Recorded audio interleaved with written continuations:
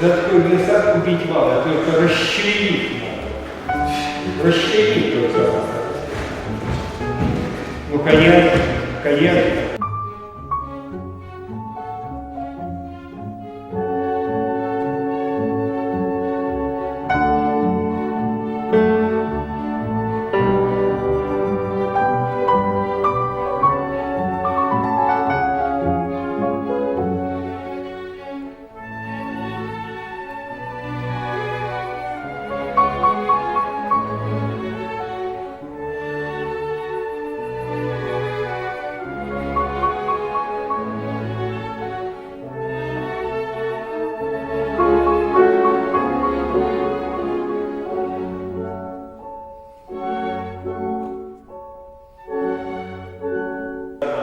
В спорте хорошо.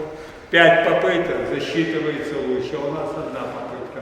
И вот так надо сделать, когда и сделать. Так что поэтому 1 попытку вчера молодцы. Вы все вложили в свою 1 попытку, молодцы. Вот так, ребята, всегда и везде.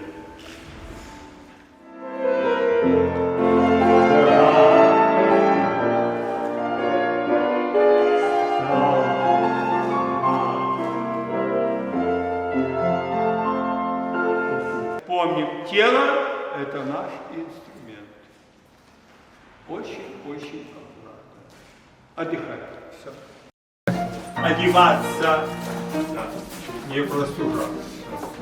Хорошо. Сегодня отдыхаем, в понедельник встречаемся. Это Людмила Петровна, моя супруга. 55 лет мы вместе. Всем, чего я достиг, обязан.